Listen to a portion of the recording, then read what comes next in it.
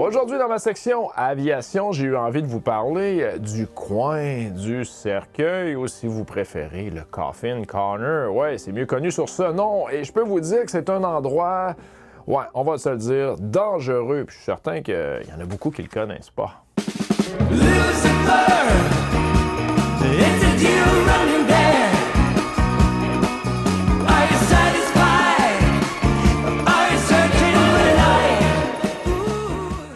Et c'est l'un des moments les plus dangereux à haute altitude sur un Boeing 737 nouvelle génération, puis les autres jets commerciaux également. C'est qu'à très haute altitude, on parle de niveau de vol 390 ou 410, ça c'est 39 000 pieds ou 41 000 pieds, bien, selon le poids. Eh bien, la vitesse de décrochage ou stall grimpe en flèche parce que l'air est super raréfié. En gros, il faut plus d'angles d'attaque pour porter le même poids, puis la vitesse vraie va augmenter. Et en même temps, la vitesse max ou Mach critique, la MMO qui est environ 0,82, baisse un peu, parce que le son ralentit tout simplement dans le froid. Le résultat est bien l'écart entre la vitesse Low Speed Buffet ou pré-décrochage et celle du High Speed Mach Buffet ou onde de choc sur l'aile devient minuscule. Parfois, c'est seulement 10 à 20 nœuds, voire moins sur un Boeing 737 nouvelle génération.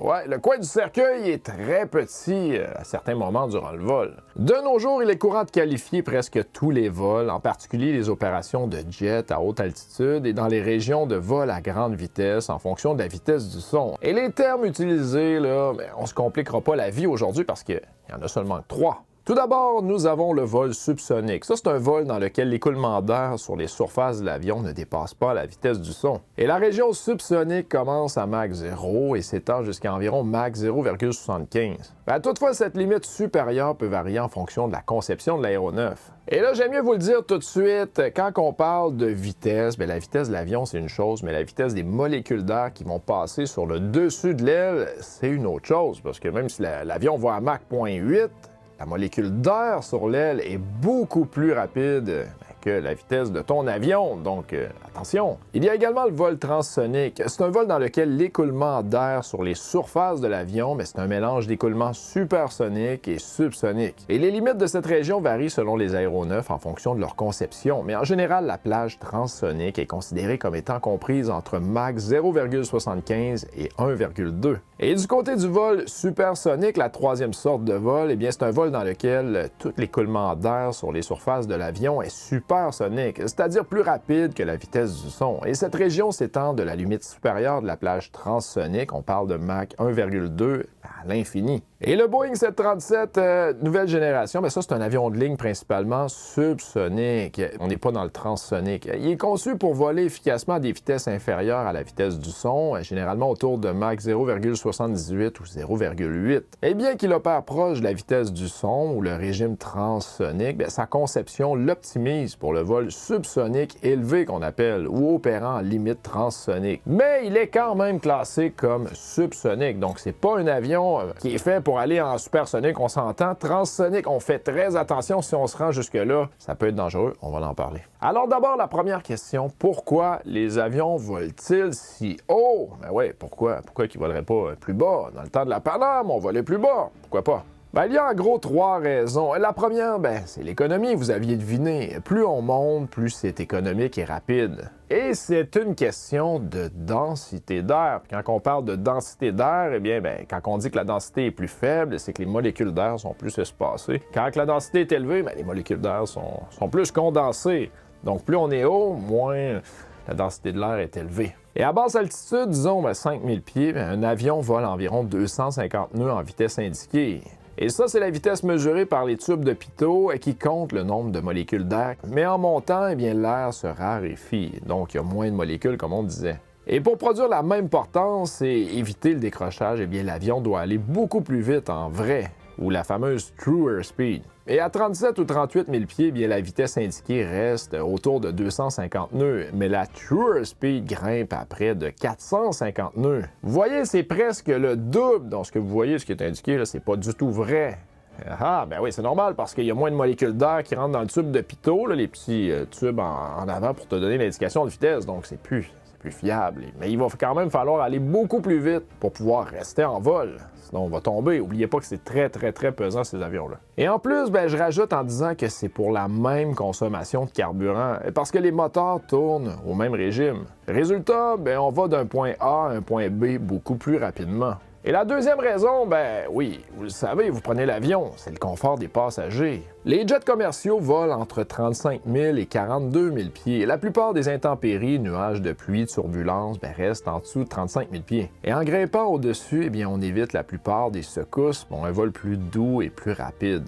Ah, bien sûr, il y a les nuages d'orage qui montent plus haut, il faut les contourner, mais globalement, c'est plus calme en haut. La troisième raison, souvent oubliée, c'est la sécurité. Oui, plus on est haut, plus on a de l'énergie potentielle. Et si quelque chose arrive, comme une panne de moteur, on a plus de temps pour réagir. Les avions modernes, comme le Boeing 737, sont d'excellents planeurs. Ils glissent à un ratio de 1 pour 15, et même jusqu'à 1 pour 20. Et tout ça, ça veut simplement dire que pour chaque mètre descendu, on avance de 15 à 17 mètres, exemple. On est loin de la navette spatiale qui avait un ratio épouvantable. On avait environ 1 pour 4. On perdait 1 mètre, puis on se déplaçait de 4 mètres seulement, contrairement à 17 mètres, exemple. Si c'est bien de voler haut, pourquoi ne pas monter encore plus? C'est là que l'aérodynamique entre en jeu et où arrive le fameux coffin corner ou le coin du cercueil. D'abord, les moteurs. En altitude, il y a moins de pression d'air, moins de densité d'air. Et il y a par le fait même moins d'oxygène pour brûler le carburant et produire de la poussée. Et au sol, les moteurs sont super puissants, mais à 39 000 pieds, ils donnent juste assez pour maintenir l'altitude ou grimper de 500 pieds minute. Et on a souvent des jump seats là, dans le cockpit qui regardent un peu comment se comporte l'avion, puis je peux vous dire qu'ils sont surpris de dire « Ah, ça monte, 30, 31, 32, 33, ça continue à avoir un bon taux de montée. » Mais quand on arrive dans le coin de 36, 37, 38 000 pieds,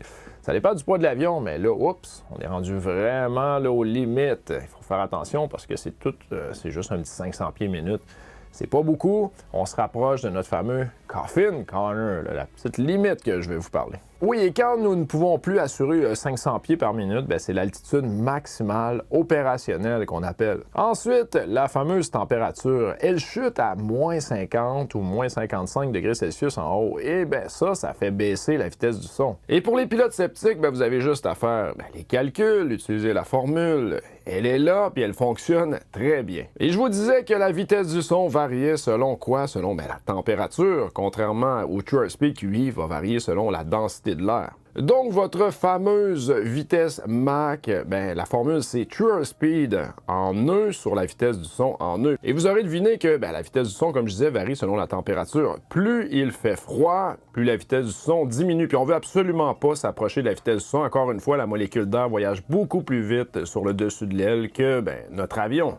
Et cette fameuse vitesse du son, elle va diminuer avec la température qui diminue, donc on se rapproche de la zone dangereuse. Donc, dans notre cas, la true speed qui est écrit juste là serait de 449 sur 38,95 multiplié par la racine carrée de 273 plus, n'oubliez pas, prenez la bonne température, c'est la SAT qui est dans la page progrès du FMC, donc moins 56 degrés Celsius. Et vous pouvez prendre votre calculatrice dans votre iPhone. Oui, parce que l'option existe maintenant, donc calculatrice scientifique pour la racine carrée. Et ça vous donne votre nombre de Mach. Bon, une petite précision concernant le Mach, parce que le Mach, c'est une limite, c'est pas la vitesse réelle. Donc, c'est une vitesse qui est barrée. Si vous mettez cette vitesse-là sur votre auto, vous ne pourrez pas la dépasser, mais vous devez la maintenir. Vous comprenez? Donc, si vous entrez le chiffre 0,78 Mach dans l'ordinateur, dans le FMC, c'est évident que l'avion va vouloir maintenir 0,78 de Mach.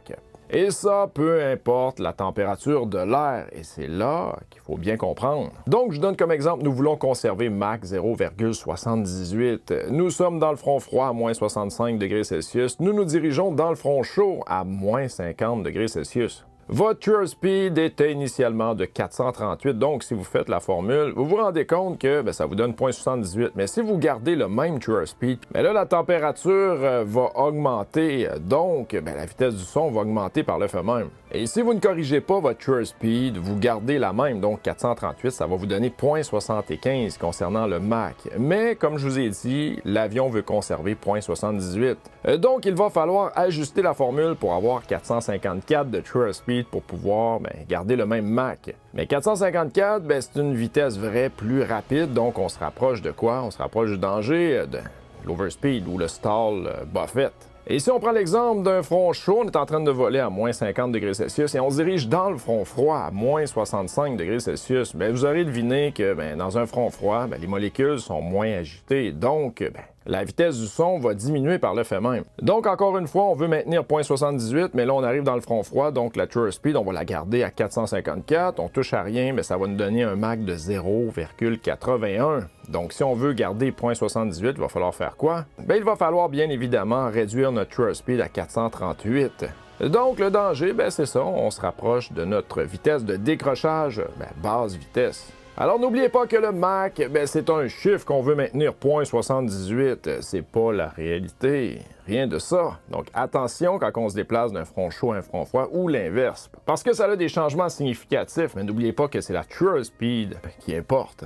Heureusement, dans le Primary Flight Display, vous aurez l'indication justement qui va s'ajuster en conséquence. Et la true speed pour le décrochage augmente avec l'altitude, tandis que la vitesse indiquée reste similaire.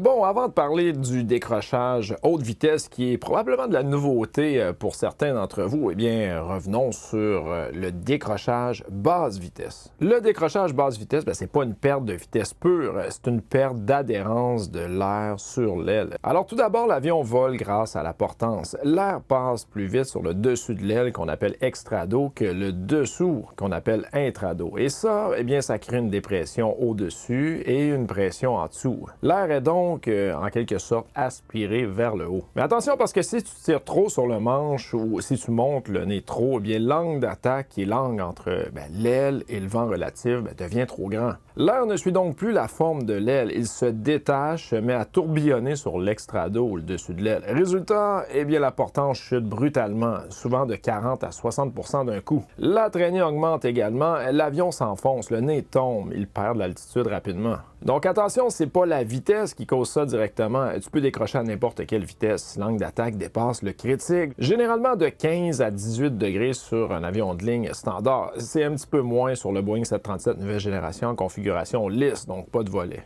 Donc la première chose qui arrive, le stick shaker. Le manche vibre fort, comme un téléphone en mode vibreur extrême, dès que tu approches l'angle critique. C'est l'alerte principale, descendez le nez. Par la suite, nous avons le Buffett. L'avion commence à trembler, turbulence sur la queue. C'est le tourbillon qui frappe le gouvernail de profondeur et l'empennage. Et puis, c'est le vrai décrochage. Le nez tombe. Et pour sortir du décrochage basse vitesse, c'est vraiment simple. Nous avons simplement qu'à pousser sur le volant ou le manche vers l'avant. Et ça va diminuer l'angle d'attaque et l'air va recoller sur l'aile. Par la suite, on pourra augmenter la puissance, mais il faut y aller progressivement. Et attention de ne pas tirer trop parce que vous allez avoir un décrochage et ainsi de suite. Donc ça se fait en douceur, mais il ne faut pas trop perdre d'altitude non plus si on est proche du sol. Et c'est le plus courant en approche, décollage, overshoot, virage trop serré à basse vitesse. Et le fameux High Speed Stall. Oui, on peut décrocher à basse vitesse, on le sait déjà, même comme un Cessna, mais on peut décrocher à haute vitesse.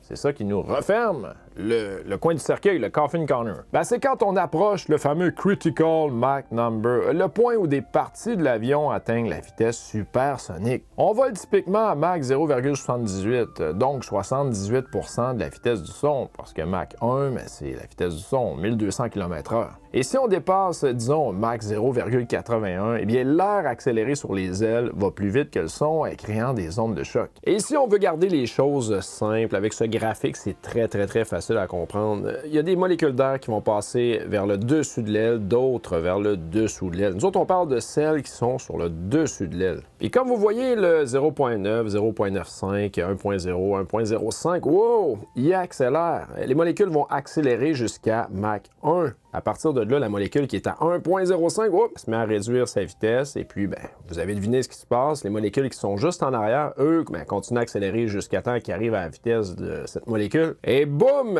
lui rentre dedans complètement. Donc, c'est pour ça qu'on appelle ça une onde de choc. Collision de molécules, la vitesse se met à décroître. Par la suite, on va passer justement de subsonique à supersonique à subsonique de nouveau. De l'autre côté, du shockwave ou l'onde de choc. Ça va faire de la turbulence en arrière. Et la turbulence en arrière, c'est ça qui fait que Oui, ça affecte nos contrôles de vol, ça affecte même la queue en arrière. Nous autres, on a une queue qui est légèrement au-dessus sur le Boeing 737 nouvelle génération, ils ont corrigé ça. Mais il y a d'autres modèles d'avions que la queue est pas mal alignée avec les ailes, puis ça peut créer de la turbulence, puis ça peut être dangereux, perte de contrôle, gouverne de profondeur, exemple. Le Mach critique ou Mach crit, ben ça c'est la vitesse Mach à laquelle une onde de choc apparaît pour la première fois sur l'aéronef. Elle se produit généralement sur l'aile et est suffisamment en avant, près du centre de pression pour que la séparation ne soit pas encore produite et que les effets de compressibilité n'aient pas encore commencé. Et attention parce que cette fameuse onde de choc, ben oui, est parfois visible sur l'aile. Vous l'avez peut-être déjà vu, elle ressemble en gros à une ligne de crayon dansante sur l'aile et est plus facilement vue dans des conditions formant des traînées ou lorsque l'humidité est présente.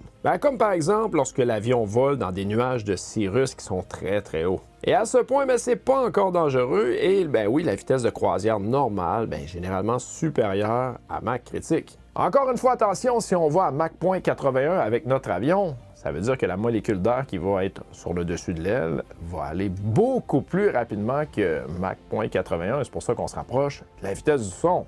Il faut faire attention à ça. Des fois, on dit « Ah, je suis à Mach 81, je suis loin de Mach 1. » Ça, c'est ton avion. C'est pas la molécule d'air sur ton aile.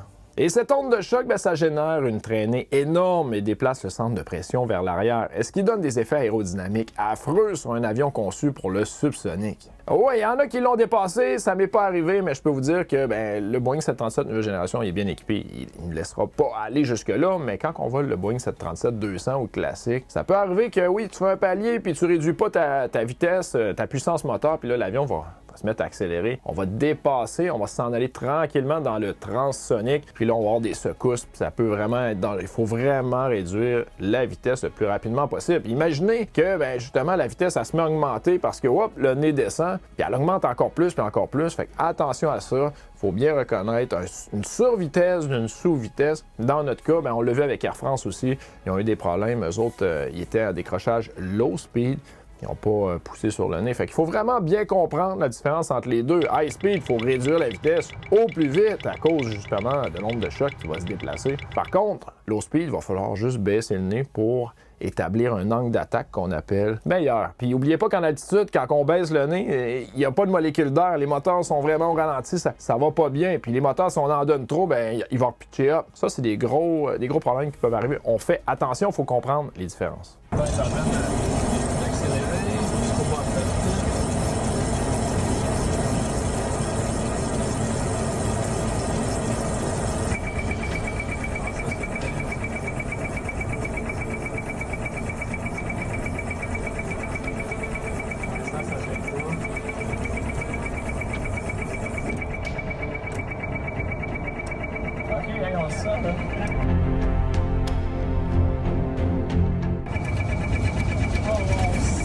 C'est impressionnant en temps, par slack.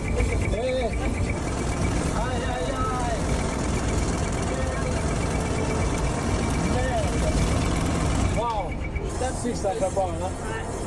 Hey, tout veut déboîter sa shake, c'était wow, ça c'est le même qu'on apprend. À un certain point, bien, ces deux limites qu'on parlait se rejoignent. Et c'est le coffin corner, on en a assez parlé, ou le coin du cercueil qu'on veut pas s'en aller ni d'un côté ni de l'autre, c'est pour ça. Vous allez finir par le comprendre, c'est quoi ce coffin corner-là, ouais. Et là, si vous décélérez un peu, bien, vous entrez en low speed stall et si vous accélérez, bien, en high speed stall. Il ne reste que quelques nœuds de marge entre les deux. Et bien oui, c'est hyper dangereux, d'où le nom sinistre.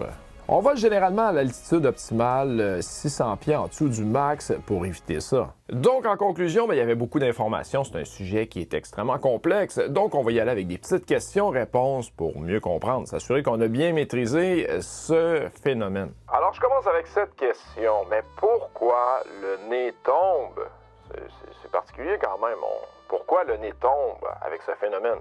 Alors tout d'abord, le nez tombe parce que c'est l'aile qui pousse vers le haut. En gros, c'est pas le nez qui tombe. Donc, quand la poussée de l'aile se déplace vers l'arrière avec le phénomène, bien, c'est l'aile arrière qui soulève. Et l'avant, bien, qui n'a pas de portance, devient léger. Puis on parle de l'avant de l'aile. Donc, il tombe. C'est pas le nez qui est lourd, c'est l'avant qui est vide. Comme si tu avais enlevé les roues d'avant d'une trottinette, puis boum, le nez tombe. Donc, c'est pas l'aile qui devient légère, c'est l'avion qui penche vers l'avant. Bon, on a parlé beaucoup de Mach critique et Mach limite. Le Mach limite, on s'entend, pour le Boeing 737-800 nouvelle génération, ça serait 0.82. Mais le Mach critique, c'est quoi la différence entre les deux? Ça veut dire la même chose en soi? Non, pas tout à fait, parce que le Mach critique, eh bien, c'est la vitesse où l'air commence à dépasser Mach 1 sur une partie de l'aile, comme juste un bout, en gros. Et ça a un lien avec la physique, c'est pas une limite. Tandis que le Mach limite, c'est ce que l'avion a le droit d'atteindre. Comme on parlait, 0.82 pour le Boeing 737 nouvelle génération. C'est marqué dans le manuel, c'est la sécurité. On ne dépasse pas ça, parce que sinon ça va vibrer, puis ça peut tout arracher.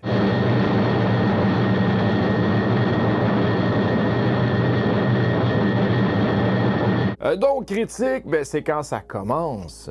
Tandis que limite, c'est où on doit s'arrêter. C'est un peu comme la limite de vitesse sur la route quand vous conduisez votre véhicule. La physique, c'est la gravité, tandis que la limite, c'est le code de la route. Le Mach limite, c'est la vitesse maximum autorisée de l'avion. Tu ne dois pas dépasser les limites du métal, des moteurs, de tout en gros, tandis que le Mach critique, comme on disait, c'est le premier endroit où l'air sur l'aile frappe Mach 1, souvent aux alentours de 0.72, 0.75. Donc, limite égale règle, critique égale physique. Et souvent, la limite est un peu plus haute que la critique, pour pas que l'aile se mette à trembler. Et c'est pour ça que je vous montrais des images, justement, du Mach critique qu'on aperçoit sur l'aile, parce qu'on l'atteint en soi, mais plus on va le dépasser, plus on va s'en aller vers l'arrière, puis plus là, on va avoir des dangers associés à ça. Donc, en gros, c'est pour ça qu'ils mettent Mach 0.82, parce qu'ils savent que l'onde de choc est toujours là, mais on est du côté safe. Il n'y a pas de tremblement. Tu peux prendre ton café sans qu'il se renverse. Il n'y a pas de stress avec ça. On n'est pas au début du phénomène. Donc, 0.82, on a encore une bonne marge quand même. On le voyait dans la vidéo, là, il atteignait 0.88 avant que ça commence à trembler. OK, on sent, là. Mais le nez qui va chercher à descendre va se faire tirer progressivement pour revenir. Puis ça, c'est le Mach trim qui va s'occuper de ça. C'est comme la limite de poids d'un pont. Elle tient, mais si tu mets le camion plein, là, ça ira pas bien. Là. Ça va causer des problèmes. Et plus tu t'approches de 0.82, plus l'onde se colle vers l'arrière de l'aile. Et plus elle s'en va en arrière, plus la portance pousse derrière, donc le nez descend. Le système va quand même le remonter progressivement sans qu'on s'en rende compte, mais si tu forces, le nez va quand même baisser. Et n'oubliez pas, c'est pas brutal, mais progressif. Comme si ton avion disait « Je vais aller plus vite, mais j'ai peur ». Puis là, tu sais que t'es proche du bord. L'onde de choc, quand elle glisse vers l'arrière, pousse l'air vers le bas juste après elle. Donc, il y a un gros paquet d'air qui tape en bas, mais plus loin derrière. Et c'est pas que l'aile soulève plus, c'est que le soulèvement se fait trop en arrière. Comme si tu avais mis tes mains trop bas pour soulever un lit, le nez tombe. Il n'y a pas plus de force, attention, il n'y a pas plus de force, c'est juste mal placé. OK, donc, c'est pas une portance, c'est la traînée qui va faire ça. Ah non, c'est pas la traînée. La traînée, elle freine l'avion. C'est pas elle qui fait descendre le nez. C'est la portance qui change de place. Et quand l'onde de choc se déplace vers l'arrière, elle crée un petit centre de pression qui s'éloigne. Donc, la force qui pousse l'aile vers le haut, elle est maintenue plus derrière que devant. Donc, le nez devient, on pourrait le dire, vide et il n'y a plus rien qui le tient, puis il tombe. Comme si tu avais un balai sur deux doigts. Si tu le mets trop loin, il va pencher. C'est pas la traînée, c'est le déplacement. OK, mais la portance, ça vient pas du dessous de l'aile? Oui, la portance vient surtout du dessous de l'aile. C'est une différence de pression. En bas, pression haute. En haut, pression basse. Mais quand l'onde de choc se forme, le haut devient, on va se dire, bizarre. L'air ralentit d'un coup, la pression remonte exactement là, juste après le choc. Donc, au lieu d'avoir une belle courbe haut-bas, t'as un haut pic bas.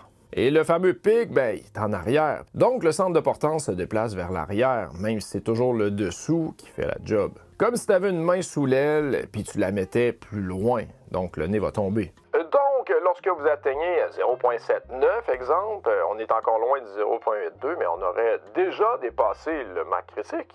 Oui, absolument, parce qu'à 0.79, le Mach critique est largement dépassé. Parce que le Mach critique, c'est aux alentours de 0.72 à 0.75. Donc, quand tu es à 0.79, l'onde est déjà sur l'aile. Le trim travaille, puis tu sens rien. Et tout ça depuis très longtemps. La limite, c'est juste la ligne rouge que Boeing dit. Après, je garantis plus rien. OK, donc, Donc, à partir de Mach 0.72, la vitesse du son va être atteinte quand même sur le dessus de ton avion, sauf plus en avant.